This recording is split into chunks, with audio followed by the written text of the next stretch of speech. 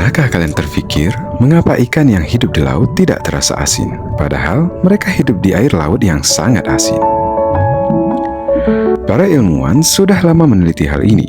Salah satu penelitian penting dilakukan oleh H.K. Jobling dari University of Plymouth, Inggris pada tahun 1981 yang berjudul Fish Physiology Osmoregulation. Penelitian lainnya dilakukan oleh M.J.V. Bell dari University of Stirling di Skotlandia berjudul Osmoregulation in Fish. Lalu, apa penjelasan ilmiah mengenai hal ini dan bagaimana sudut pandang Al-Quran?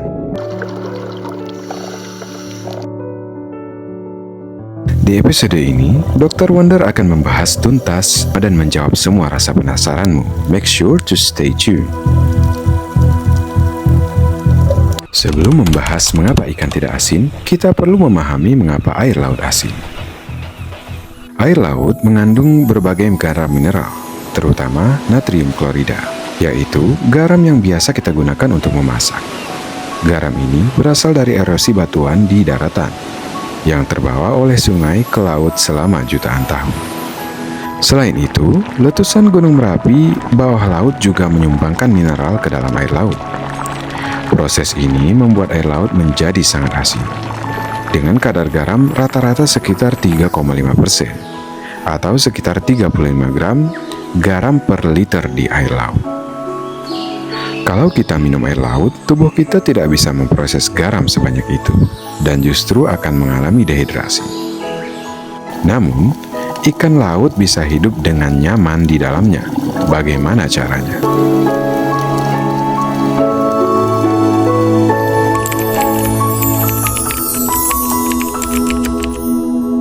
Ikan laut memiliki sistem tubuh yang dirancang dengan sangat sempurna oleh Allah agar dapat bertahan hidup di lingkungan air asin tanpa menyerap garam berlebihan. Salah satu faktor utama yang membuat daging ikan tetap tawar adalah kulit dan sisik mereka. Lapisan luar tubuh ikan ini berfungsi sebagai pelindung yang membatasi jumlah air asin yang masuk. Meskipun air dapat masuk melalui insang dan permukaan tubuh mereka, jumlahnya tetap sangat kecil sehingga tidak mempengaruhi keseimbangan kadar garam dalam tubuh ikan. Selain itu, ikan laut memiliki mekanisme osmoregulasi, yaitu cara tubuh mereka mengatur keseimbangan air dan garam. Karena kadar garam di air laut jauh lebih tinggi dibandingkan di dalam tubuh ikan, mereka terus-menerus kehilangan air melalui insang akibat proses osmosis. Untuk mengatasi ini, ikan meminum air laut secara terus-menerus agar tidak mengalami dehidrasi. Tapi, bukankah justru itu membuat tubuh mereka makin asin? Ternyata tidak. Karena ikan memiliki insang yang berfungsi sebagai penyaring garam. Insang ikan laut memiliki sel khusus yang bertugas membuang kelebihan garam sebelum masuk ke aliran darah mereka. Dengan cara ini, meskipun mereka minum air laut, hanya airnya yang diserap ke dalam tubuh, sementara kelebihan garam dikeluarkan kembali.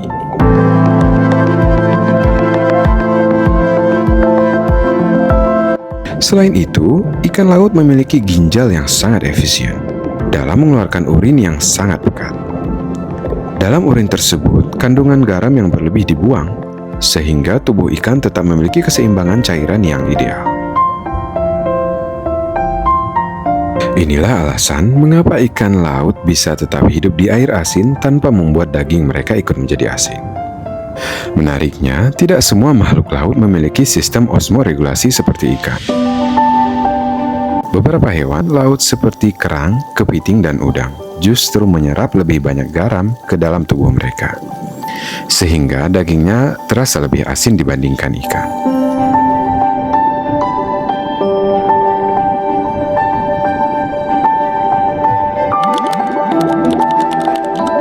Lain halnya dengan ikan air tawar.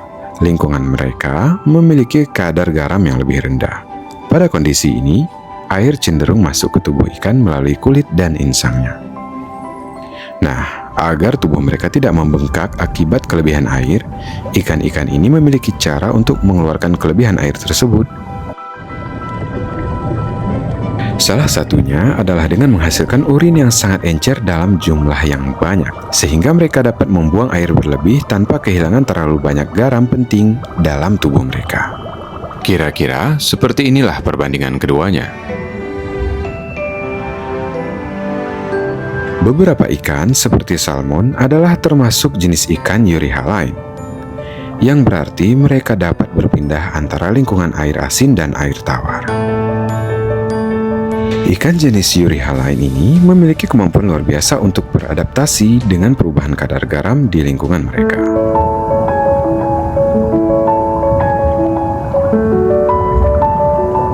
Ketika ikan ini berpindah ke lingkungan air asin, tubuh mereka memiliki mekanisme yang dapat memfilter dan mengeluarkan kelebihan garam. Sebaliknya, ketika ikan jenis Euryhaline ini kembali ke air tawar, tubuh mereka bisa beradaptasi dengan cepat agar garam dalam tubuh mereka tetap stabil.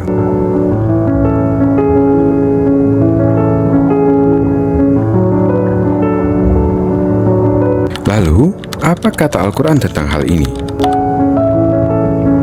Meskipun Al-Quran tidak menjelaskan secara langsung mengapa ikan air laut tidak asin, ada beberapa ayat yang berbicara tentang laut, perbedaan air tawar dan asin, serta tanda-tanda kebesaran Allah dalam penciptaan makhluk hidup.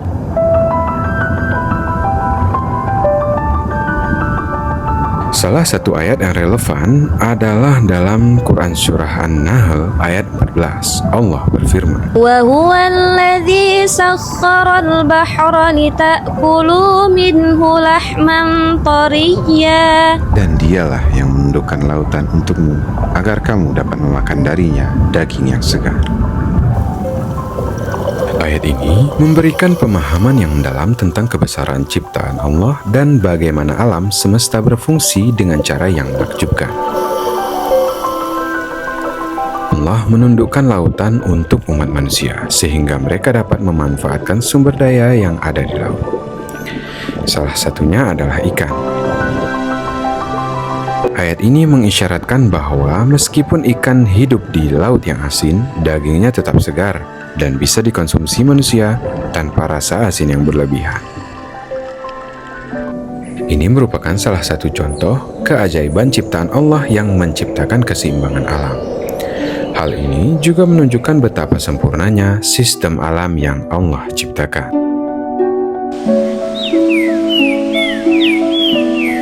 Jadi, jika ada yang bertanya, mengapa ikan tidak asin meskipun hidup di air asin? Jawabannya karena ikan memiliki mekanisme osmoregulasi. Insang yang bisa menyaring garam, ginjal yang mengeluarkan urin pekat, serta perlindungan dari sisik dan kulit mereka.